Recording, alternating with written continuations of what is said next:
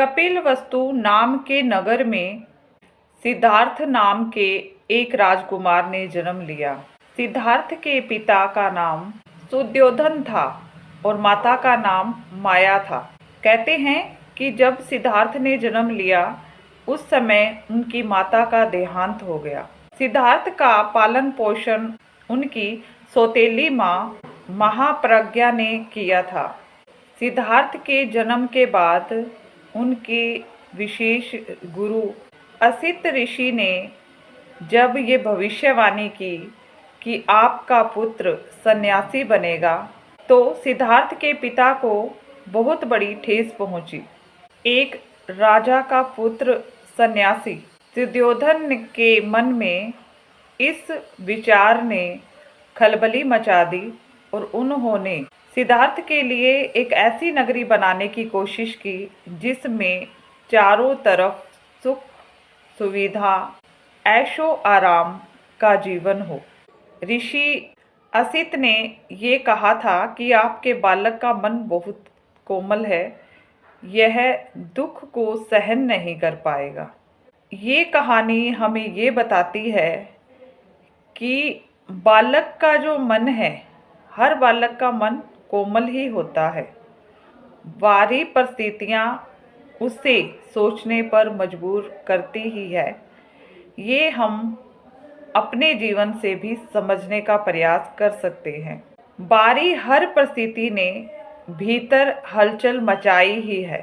इस कहानी से हम ये समझने का प्रयास करेंगे कि हम जब परिस्थितियों से लड़ने की बजाय बाहरी माहौल को परिवर्तित करना जब शुरू कर देते हैं और उससे हम पर किसी प्रकार का प्रभाव ना पड़े, लेकिन बाहरी किया गया कोई भी परिवर्तन जीवन में बदलाव नहीं ला सकता। यही क्रिया जब राजा सुद्योधन ने अपने पुत्र के लिए की, लेकिन एक समय आया जब सिद्धार्थ के मन में विपरीत परिस्थिति या वातावरण का ऐसा प्रभाव पड़ा जिससे उनके मन को वास्तव में चोट पहुंची। वो चार ऐसी घटनाएं जिसके बारे में सभी जानते हैं कि एक वृद्ध व्यक्ति को देखने के बाद उनको पहली बार एहसास हुआ कि मैं भी कभी बूढ़ा होऊंगा, मैं भी इस व्यक्ति की तरह मेरा शरीर भी दुर्बल और कमज़ोर हो जाएगा। इस एहसास ने उनके मन पर बहुत बड़ी ठेस पहुंचाई और सोचने पर मजबूर किया। दूसरी घटना जो उनके जीवन में थी, एक कुष्ठ रोगी को तड़पते हुए देखा। ऐसे हालात देखे जिससे ये सोचने पर मजबूर कर दिया कि किसी रोग के माध्यम से मेरे शरीर का अंत हो जाएगा। तीसरी घटना, शव को जाते हुए देखना। जो इंसान कोई भी क्रिया नहीं कर रहा और उसका अंतिम संस्कार करने के लिए लोग उसको ले जा रहे हैं, ऐसे दृश्य को जब उन्होंने देखा तो उनके मन को ठेस पहुंची कि आखिर ये जाएगा कहाँ, मरने के बाद हम कहाँ जाते हैं। तो उस खोज ने भी उनके मन को विचलित किया। और चौथा पर्सन कहते हैं उन्होंने एक साधु के भेष में एक व्यक्ति को देखा जो शांत था, जिसने अपनी इंद्रियों को वश में कर रखा था और वह एक शांत जीवन व्यतीत कर रहा था। वह उनसे प्रभावित हुए। जब हम विपरीत परिस्थितियां देखते हैं तो मन का बेचैन होकर भागना स्वाभाविक क्रिया है, लेकिन जब एक साधु को देखा तो उनके मन में एक विचार आया होगा कि शांति पाई जा सकती है। अगर साधु बन के ही उसे पाया जा सकता है तो मैं इसी पर अपने कार्य को करूँगा। शायद ऐसे विचार उनके मन में रहे होंगे। तभी वो अपने जीवन में जो भी प्रिय था सभी को छोड़कर उसी खोज में चले गए कि आखिर मेरी ये बेचैनी दूर कैसे होगी, और उसी पर उन्होंने अपने जीवन की पूरी जर्नी को लगाया। और अंत में उन्होंने हमें बताया कि बाहरी जो भी परिस्थितियां हैं वो सिर्फ मोह और माया है।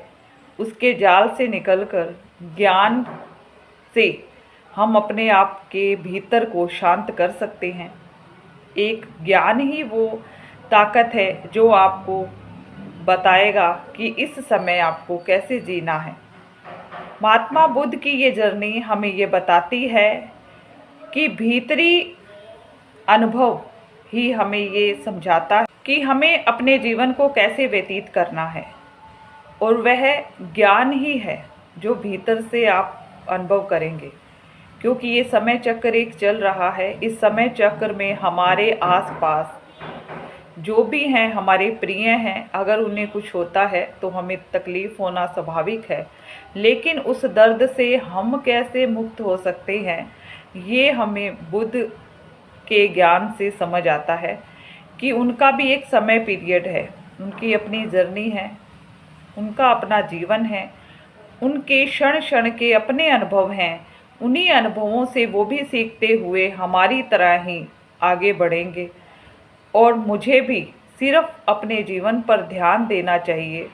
दूसरे के जीवन में ना तो किसी प्रकार की दखलंदाजी करने से कुछ परिवर्तन आ सकता है, और ना ही किसी की पीड़ा को कम किया जा सकता है।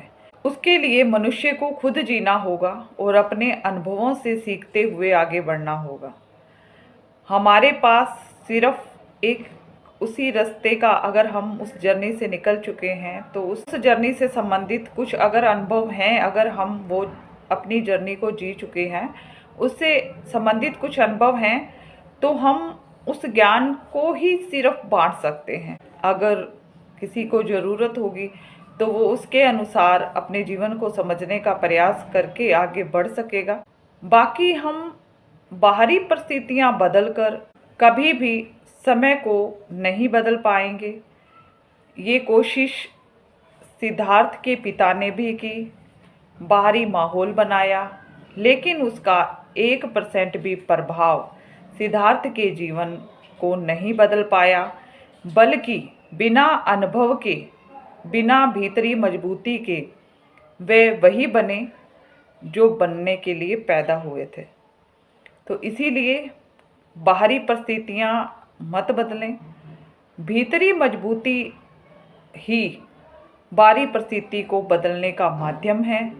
और जब हम ये समझ जाएंगे तो किसी के जीवन में किसी भी प्रकार का बदलाव नहीं करेंगे, उसे समय के साथ बहने देंगे ताकि वो अपनी जर्नी को अच्छे से जी सके, उससे अनुभव ले सके और उस अनुभव का प्रयोग अपने जीवन में कर सके।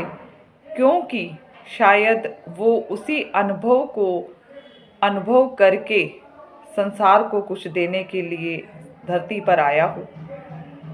हमें जब इस का एहसास हो जाएगा भीतर से, तो शायद हम दूसरे के जीवन में दखल अंदाजी करना भी बंद कर देंगे, ऐसा लगता है। अगर हम ऐसा कर पाए तो शायद हम सुकून का जीवन जी पाएंगे।